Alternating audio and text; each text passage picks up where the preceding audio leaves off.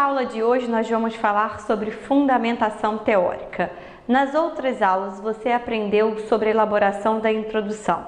Nós falamos sobre cada etapa da introdução: justificativa, problema, hipótese e objetivos, que se subdividem em geral e específicos.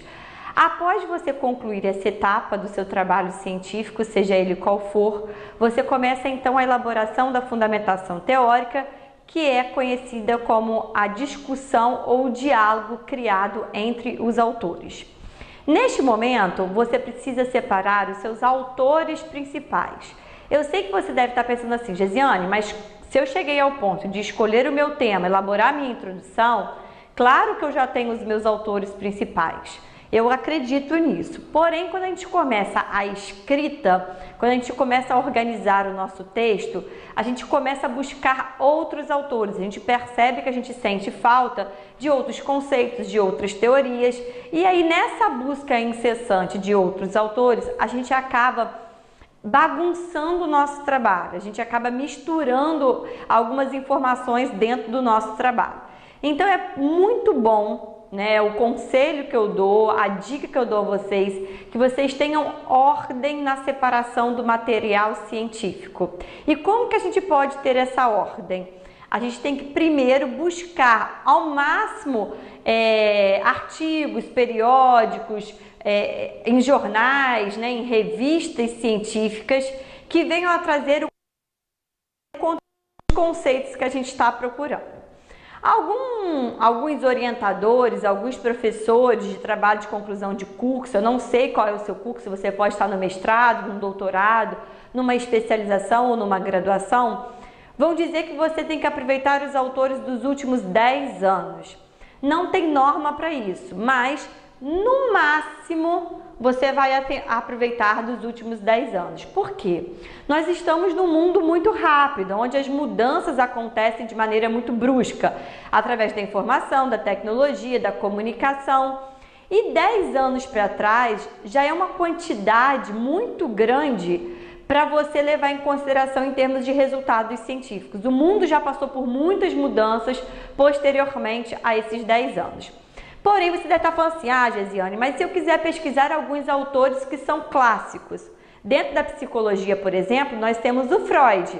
Freud, ele é clássico, ele é utilizado até hoje, Jung, Freud, Lacan, e outros autores tradicionais.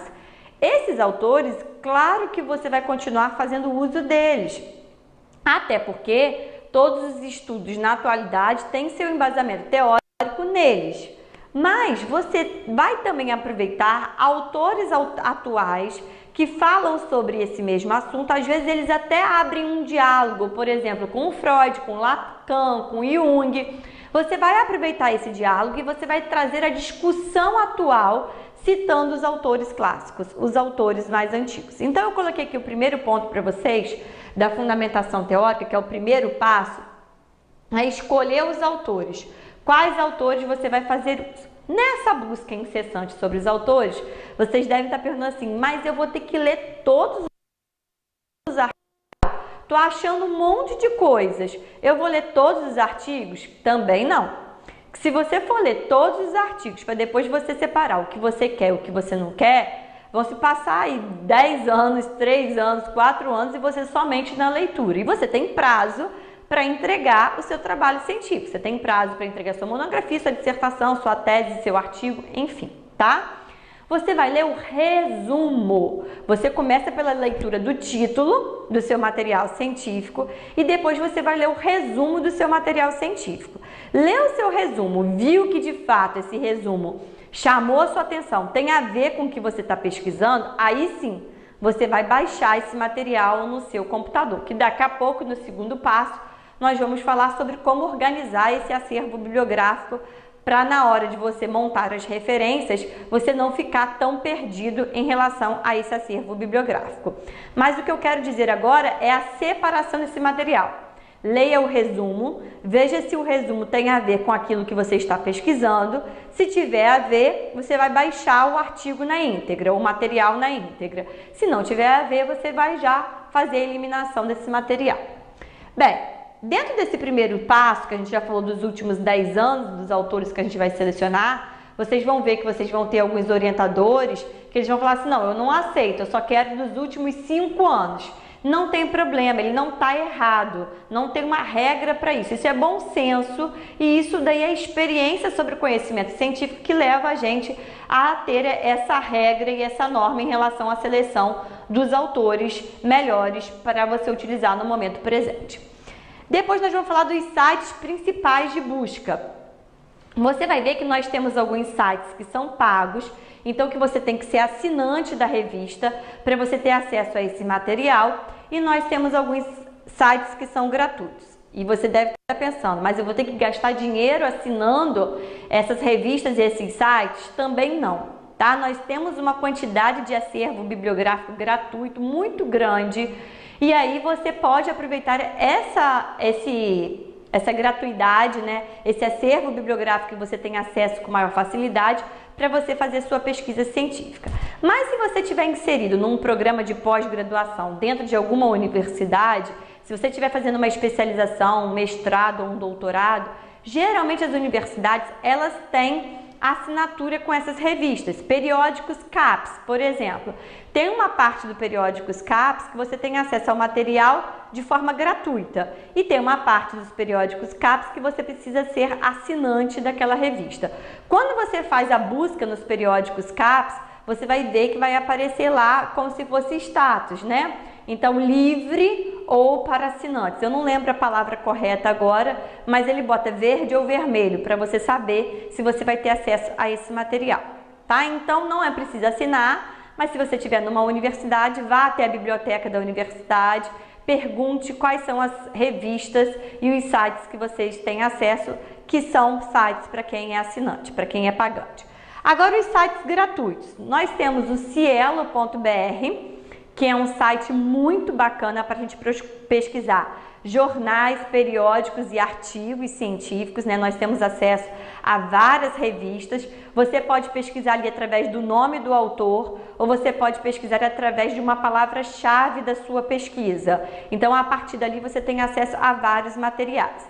Fica uma dica também aí a mais, para quem quiser depois publicar esse material, vocês podem entrar no Cielo, e no cantinho lá esquerdo da tela tem periódicos por ordem alfabética. Vocês podem pesquisar todos os nomes das revistas científicas, ver qual revista tem mais a ver com o tema da sua pesquisa, entra nessa revista, ou seja, clica nessa revista e do ladinho esquerdo vem algumas coisas, normas ou informações aos autores ou informações para submissão. Então você vai saber todos os critérios que você precisa seguir para publicar esse material. É uma dica também para vocês publicarem esse material. Mas por enquanto nós estamos falando sobre achar material científico. Então vocês podem entrar no Cielo.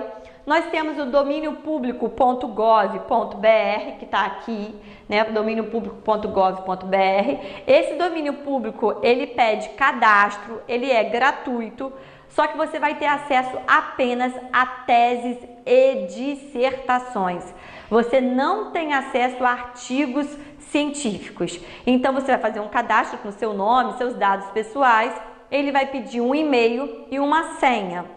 Grave, decore essa senha, anote no celular, na sua agenda, manda para o seu e-mail, porque depois, se você esquecer, mesmo que você clique em esqueci minha senha, às vezes ele não chega instantaneamente o link para você redefinir a senha. E a gente está precisando do material naquela hora. E dá uma raiva danada, porque você quer ter acesso e você não consegue. É apenas uma dica, tá? Através do domínio público, você vai ter acesso na íntegra. Nós temos aqui o Google Acadêmico, que não é o Google normal, é o Google apenas para materiais científicos.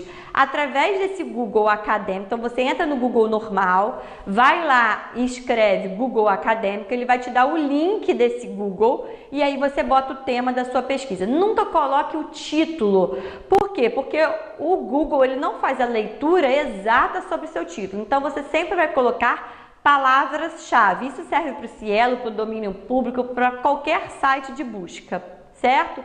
E nós temos o Google Books, que dá acesso a alguns livros, parcialmente, de maneira integral, né? Ele por completo, ou às vezes ele só te dá acesso ao resumo e ao título do livro. Através do resumo e do título, você já sabe se esse livro é importante para você e se vale a pena você comprar, vale a pena você adquirir, beleza?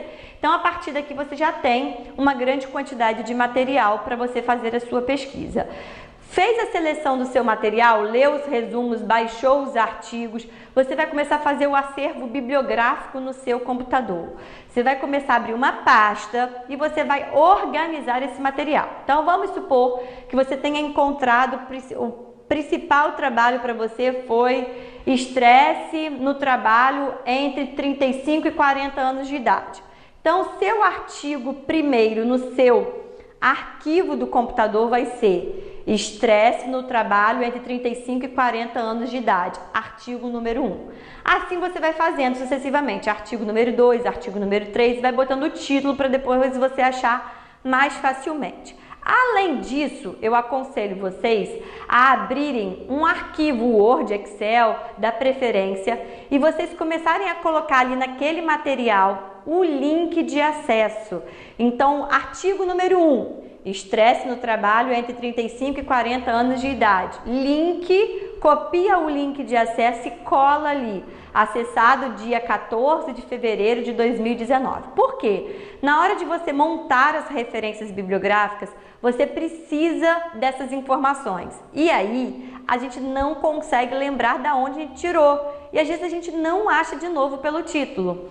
A gente começa a procurar muitas coisas, a gente se embola. Então, pessoal, a construção da fundamentação teórica, além de você ter o dom para escrever, saber escrever, vale muito a pena você ter organização para facilitar o seu trabalho. Bem, esse foi um vídeo sobre fundamentação teórica, o início da fundamentação teórica.